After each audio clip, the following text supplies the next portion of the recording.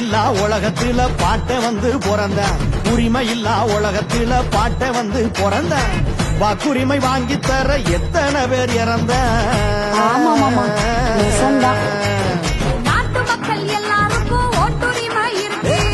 நாட்டு மக்கள் எல்லாருக்கும் ஓட்டுரிமை இருக்கு நல்ல வேட்பாளர் தேர்ந்தெடுக்கும் பொறுப்பு வேணும் நமக்கு உள்ள